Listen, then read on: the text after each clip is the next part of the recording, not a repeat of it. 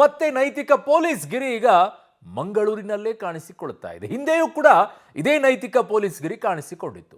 ಈಗ ಯಾರು ಮಾಡಿದ್ದಾರೆ ನೋಡೋಣ. ಮಂಗಳೂರಿನಲ್ಲಿ ಮಸಾಜ್ ಸೆಂಟರ್ ಮೇಲೆ ದಾಳಿಯನ್ನ ಮಾಡಿದ್ದಾರೆ. ರಾಮಸೇನಾ ಕರ್ನಾಟಕದ ಕಾರ್ಯಕರ್ತರು ದಾಳಿಯನ್ನ ನಡೆಸಿರೋದು. ಬಿಜೈ ಕೆಎಸ್ಆರ್ಟಿಸಿ ಬಳಿಯ ಕಲರ್ಸ್ ಯುನಿಸೆಕ್ಸ್ ಸಲೂನ್ ಇದು. ಅನೈತಿಕ ಚಟುವಟಿಕೆ ಆರೋಪ ಹಿನ್ನೆಲೆಯಲ್ಲಿ ಇವರು ದಾಳಿಯನ್ನ ಮಾಡಿದ್ದಾರೆ. ಮಸಾಜ್ ಸೆಂಟರ್ನ ಪೀಠೋಪಕರಣ ಧ್ವಂಸವನ್ನ ಮಾಡಿದ್ದಾರೆ. ಪಾರ್ನರ್ನಲ್ಲಿದ್ದಂಥ ಓರ್ವನಿಗೆ ಥಳಿಸಿದ್ದಾರೆ. ಸ್ಥಳಕ್ಕೆ ಬರ್ಕೆ ಪೊಲೀಸರು ಈಗ ದೌಡಾಯಿಸಿದ್ದಾರೆ. ಯಾರು ಹೇಳ್ತಾರೆ ಇವರಿಗೆ ಕಾನೂನನ್ನು ಕೈಗೆತ್ಕೊಂಡ್ಬಿಟ್ಟು ಇವರೇ ದಾಳಿ ಮಾಡಕ್ಕೆ?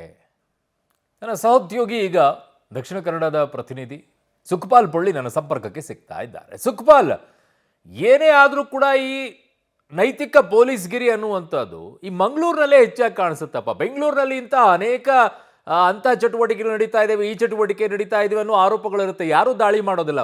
ಪರ್ಟಿಕ್ಯುಲರ್ ಆಗಿ ಮಂಗಳೂರಿನಲ್ಲೇ ಇಂಥ ದಾಳಿಗಳು ಯಾಕೆ ಪದೇ ಪದೇ ರಿಪೀಟ್ ಆಗುತ್ತೆ ಸುಖಪಾಲ್?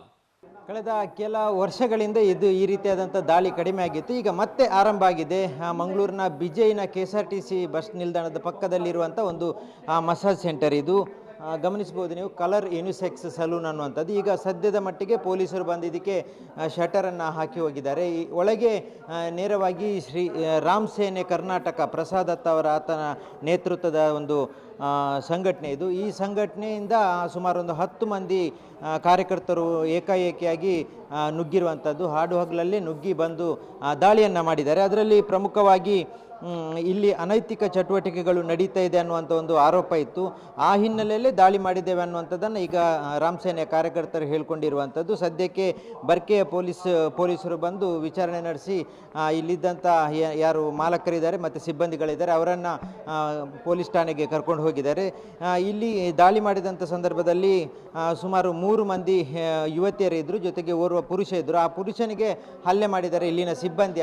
ಆತನಿಗೆ ಹಲ್ಲೆ ಮಾಡಿದ್ದಾರೆ. ಜೊತೆಗೆ ಇಲ್ಲಿ ಚಿತ್ರದಲ್ಲಿ ಅವರು ದೃಶ್ಯದಲ್ಲಿ ತೋರಿಸ್ತಾ ಇದ್ದಾಗೆ ಅನೈತಿಕ ಚಟುವಟಿಕೆಗಳಿಗೆ ಬಳಸ್ತಾ ಇದ್ದಂಥ ಕೆಲವೊಂದು ವಸ್ತುಗಳು ಪತ್ತೆಯಾಗಿತ್ತು ಅನ್ನುವಂಥದ್ದನ್ನು ಅವರು ಅದರಲ್ಲಿ ತೋರಿಸ್ಕೊಂಡಿದ್ದಾರೆ. ಹಾಗಾಗಿ ಏಕಾಏಕಿ ದಾಳಿಯನ್ನು ಮಾಡಿದ್ದಾರೆ. ದಾಳಿ ಮಾಡುವ ಸಂದರ್ಭದಲ್ಲಿ ಅದರ ದಾಳಿಯ ಚಿತ್ರೀಕರಣವನ್ನು ಸಹ ಅವರೇ ಮಾಡಿಕೊಂಡಿದ್ದಾರೆ. ಹಾಗಾಗಿ ಇದು ಒಂದು ಟಾರ್ಗೆಟನ್ನು ಇಟ್ಕೊಂಡೇ ಈ ಒಂದು ಇದಕ್ಕೆ ಬಂದು ದಾಳಿ ಮಾಡಿದ್ದಾರೆ ಅನ್ನುವಂಥದ್ದು ಈಗ ಮೇಲ್ನೋಟಕ್ಕೆ ಗೊತ್ತಾಗಿರುವಂಥದ್ದು. ಅಲ್ಲಿ ಯುವತಿಯರು ಯಾರಿದ್ರು ಸಿಬ್ಬಂದಿಗಳು, ಅವರು ರಿಕ್ವೆಸ್ಟ್ ಮಾಡ್ತಾರೆ ಯಾವುದೇ ತೊಂದರೆ ಮಾಡಬೇಡಿ ಅನ್ನುವಂಥದ್ದು. ಆ ಸಂದರ್ಭದಲ್ಲಿ ಅವರು ಈ ಪೀಠೋಪಕರಣಗಳಾಗಿರ್ಬೋದು, ಗಾಜುಗಳಾಗಿರ್ಬೋದು ಎಲ್ಲವನ್ನು ಒಡೆದಾಕುವಂಥ ಕೆಲಸಕ್ಕೆ ಮುಂದಾಗ್ತಾರೆ. ನೀವು ಆ ದೃಶ್ಯದಲ್ಲಿ ಗಮನಿಸಿದ್ರೆ ಅವರು ಬಂದಂಥ ಸಂದರ್ಭದಲ್ಲಿ ಯುವತಿಯರೇ ಇರುವಂಥದ್ದು. ಆದರೆ ಯುವತಿಯರು ಅಷ್ಟೊಂದು ಏನು ರಿಕ್ವೆಸ್ಟ್ ಮಾಡ್ತಾ ಇದ್ರು. ಆ ಸಂದರ್ಭದಲ್ಲಿ ಅವರು ದಾಳಿಗೆ ಮುಂದಾಗ್ತಾರೆ.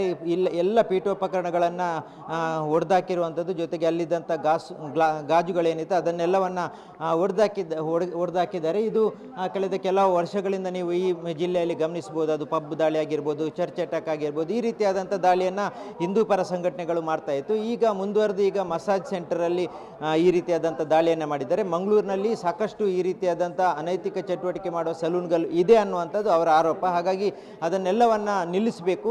ಈ ಹಿಂದಿನ ಪೊಲೀಸರಿಗೆ ನಾವು ಇದರ ಗಮನಕ್ಕೆ ತಂದಿದ್ವಿ, ಆದರೆ ಅವರು ನಿಲ್ಲಿಸದಿರುವ ಕಾರಣಕ್ಕೆ ನಾವು ಈ ರೀತಿ ದಾಳಿ ಮಾಡಿದ್ದೇವೆ ಅನ್ನುವಂಥದ್ದನ್ನು ಕಾರ್ಯಕರ್ತರು ಹೇಳ್ಕೊಂಡಿದ್ದಾರೆ. ಆದರೆ ಮಂಗಳೂರಿನಲ್ಲಿ ಮಸಾಜ್ ಸೆಂಟರ್ಗಳಿಗೆ ಅಂದರೆ ಈ ಯುನಿಸೆಕ್ಸ್ ಸಲೂನ್ಗಳು ಏನಿದೆ ಅದಕ್ಕೆ ಪರ್ಮಿಷನ್ ಇದೆ. ಆದರೆ ಇದರಲ್ಲಿ ಈ ರೀತಿಯಾದಂಥ ಅನೈತಿಕ ಚಟುವಟಿಕೆ ನಡೀತಾ ಇತ್ತು ಅನ್ನುವಂಥದ್ದು ಈ ಕಾರ್ಯಕರ್ತರ ಆರೋಪ ಆಗಿರುವಂಥದ್ದು. ಅರುಣ್.